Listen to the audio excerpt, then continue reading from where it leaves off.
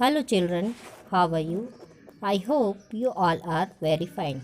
Children, some students are asking me to give the notes of your exercises. So, today I am giving you notes of your economics book, chapter 1, The Story of Village Palampur. So, open your book, page number 14, and let's see the exercises. Here is the question. Every village in India is surveyed once in 10 years during the census, and some of the details are presented in the following format. Fill up the following based on information on Palampur. हर 10 साल में सर्वे होता है India में villages का, और उसके according एक format दिया गया है। तो आपको पालमपुर जो विलेज के बारे में हमने पढ़ा उसकी जानकारी इसमें भरनी है। तो location, total area of the village, land use, cultivated land, ये सारा आपको उसमें भरना है। तो चलिए, सबसे पहले कल्टीवेटेड लैंड में भी इरिगेटेड कितनी है, अनइरिगेटेड कितनी है, लैंड जो अवेलेबल नहीं है कल्टीवेशन के लिए वो कौन सी होगी, एरिया कवरिंग ड्वेलिंग, रोड्स के लिए जो कवर हो गई है, पॉन्ड्स के लिए, ग्रेजिंग ग्राउंड के लिए, ये सारी जो है वो सब कितनी है वो सारा आपको बताना है। फिर फैसिलिटीज़ कौन कौन सी हैं वहाँ पर, educational, medical, market, electricity supply, communication, nearest town कौन सा है, ये सारी जानकारी आपको उसमें देनी है। तो चिल्ड्रन आंसर देख लेते हैं। लोकेशन क्या है पालमपुर की, Bulandshahr district, western Uttar Pradesh. Total area of the village 226 hectare. और लैंड यूज़ जो लैंड यूज़ की जा रही है ना, तो वो कल्टीवेटेड लैंड जो है उसको बांट लिया गया है। इरिगेटेड कितनी है, 200 हेक्टेयर। और अनइरिगेटेड में कौन कौन से जाएगी, area covering dwellings, roads, ponds, grazing ground से कितनी हो गई, 26 hectare. Okay, now let's see the facilities. अब फैसिलिटीज़ किस तरह की हैं, एजुकेशनल फैसिलिटीज़ क्या क्या है वहाँ पर, 2 प्राइमरी स्कूल है एंड 1 हाई स्कूल है। मेडिकल फैसिलिटीज़ में क्या है, 1 प्राइमरी हेल्थ सेंटर है एंड 1 प्राइवेट डिस्पेंसरी है। ओके, मार्केट कैसा है, कहाँ पर है मार्केट, कौन से नाम से है, रायगंज और शाहपुर। इलेक्ट्रिसिटी सप्लाई किस तरह की है, most of the houses have electric connections.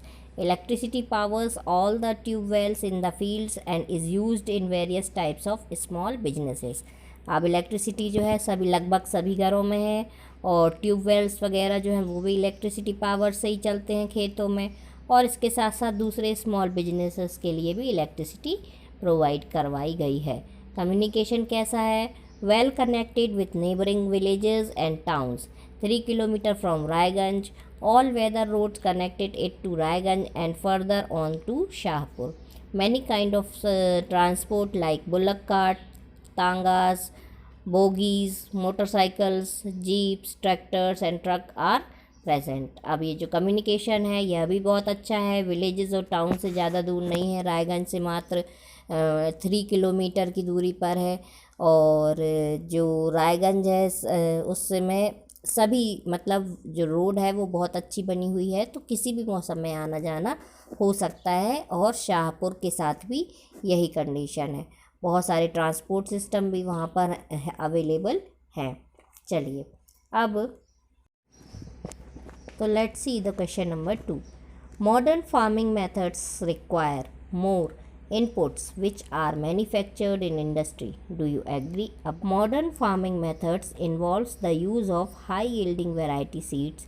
These seeds require a combination of chemical fertilizers and pesticides, agricultural implements like tractors, and proper irrigation facilities like electric tube wells to produce the best results. All these elements are manufactured in industries. Hence, it would be right to say that modern farming methods make use of a greater number of industrial outputs as compared to traditional farming methods. चलिए, देखिए modern farming method जो है उसके लिए जो industries हैं उन्हें बहुत सारी चीज़ों की मैन्युफैक्चरिंग करनी होती है। अब ये हम इस तरीके से समझेंगे इस आंसर को कि मॉडर्न फार्मिंग जब की जाती है तो उसमें हाई यील्डिंग वैरायटी सीड्स का यूज़ किया जाता है। तो ये जो सीड्स होते हैं ये ऐसे ही नहीं उग जाते, इनके लिए केमिकल फर्टिलाइज़र्स, पेस्टिसाइड्स का यूज़ किया जाता है। साथ ही साथ इसमें ट्रैक्टर हैं, प्रॉपर इरिगेशन फैसिलिटीज़ हैं, इलेक्ट्रिक ट्यूबवेल्स फैसिलिटीज़ है, ये सारी भी ज़रूरी होती हैं, तभी बेस्ट रिज़ल्ट इनसे मिलता है। और ये सारे एलिमेंट्स कब कहाँ से मिलेंगे? जब हम इंडस्ट्रीज़ में मैन्युफैक्चरिंग करेंगे।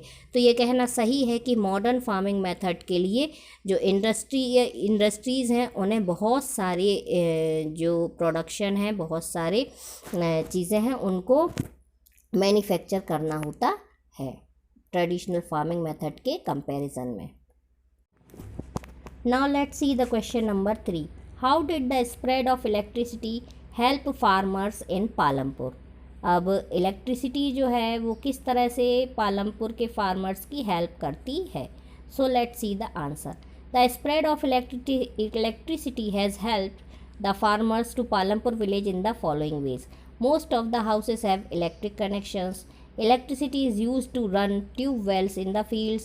Electricity used in various type of small businesses. तो आपको इससे समझ में आ ही रहा होगा कि इलेक्ट्रिक कनेक्शंस हैं, ट्यूब वेल्स चलते हैं और भी बहुत सारे स्मॉल बिजनेस में इलेक्ट्रिसिटी यूज़ की जाती है। इस तरह से जो इलेक्ट्रिसिटी है वो पालमपुर के गाँववासियों के लिए हेल्प करती है। Now question number 4।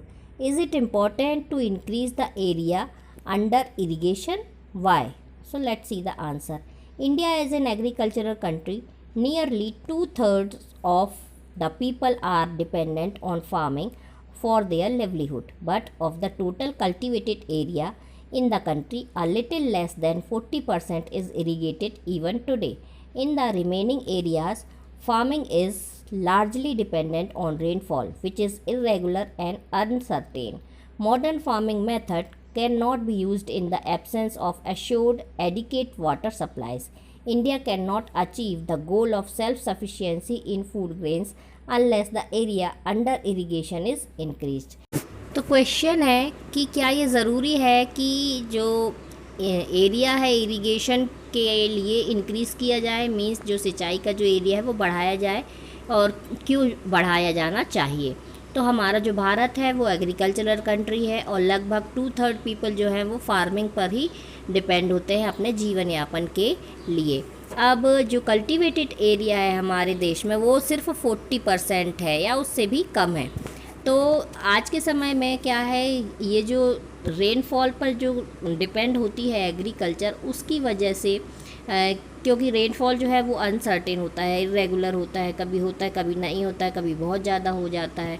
और जो मॉडर्न फार्मिंग मेथड है इसमें यदि पानी की सप्लाई सही नहीं होगी तो अच्छे से फसल नहीं हो सकती है। और इंडिया जो है जो उसका गोल है कि वह फूड ग्रेन्स के मामले में सेल्फ सफिशिएंसी अचीव कर सके, बिना इरिगेशन फैसिलिटीज़ को इंक्रीज़ किए नहीं प्राप्त कर सकेगी। इसलिए यह ज़रूरी है कि इरिगेशन फैसिलिटीज़ को बढ़ाया जाए, इरिगेशन एरिया बढ़ाया जाए। Now question number 5। Construct a table on the distribution of land among the 450 families of Palampur. अब पालमपुर में किस तरह से डिस्ट्रीब्यूशन है लैंड का, तो देख लीजिए। नंबर ऑफ़ फैमिलीज़ कितनी है? 450। इनमें से लैंड किसके पास कितनी है? 150 फैमिलीज़ लैंडलेस हैं, उनके पास ज़मीन नहीं है। 240 जो है उनके पास है लेकिन 2 हेक्टेयर से कम है, और सिर्फ 60 फैमिलीज़ ऐसी हैं जिनके पास 2 हेक्टेयर से ज़्यादा लैंड है वहाँ पर। Now question number 6। Why are the wages far from labourers in Palampur less than minimum wages? अब देखिए इसमें क्वेश्चन है कि जो लेजेस होते हैं, जो खेतों में काम करने वाले जो लेबर्स होते हैं, उनका जो वेजेस है पालमपुर में वह बहुत कम क्यों है? देखिए, farm workers at Palampur village get lower wages than the minimum wages fixed by the government. The minimum wages for a farm laborer is fixed at rupees 115 per day, but farm laborers get only rupees 70 to 80. This happens because of heavy competition for work among the farm laborers at Palampur village. तो question है कि government ने जो wages तय किया हुआ है, जो मजदूरी फिक्स की हुई है, उससे कम में पालमपुर के जो लेबर हैं वो क्यों काम करते हैं। तो उसका कारण ये है कि लगभग 150 फैमिलीज़ जो ऐसी हैं जिनके पास ज़मीन नहीं है और वो मजदूरी करके अपना जीवन यापन करते हैं। अब जो गवर्नमेंट ने जो फिक्स किया हुआ है रेट, वो 115 रुपीज़ पर डे फिक्स किया हुआ है, लेकिन वहाँ पर जो पालमपुर में जो लेबर हैं वो सिर्फ 7 to 80 rupees he per day पाते हैं। इसका कारण ये है कि वहाँ पर कंपटीशन बहुत ज़्यादा है, लेबर्स बहुत ज़्यादा हैं और काम कम है। इस वजह से वहाँ पर जो है वो लेबर्स को कम वेजेस मिलता है। Children, it is enough for today. In the next video, we will see the remaining exercise. Do your work properly and start your notes in your fair copy. Have a good day.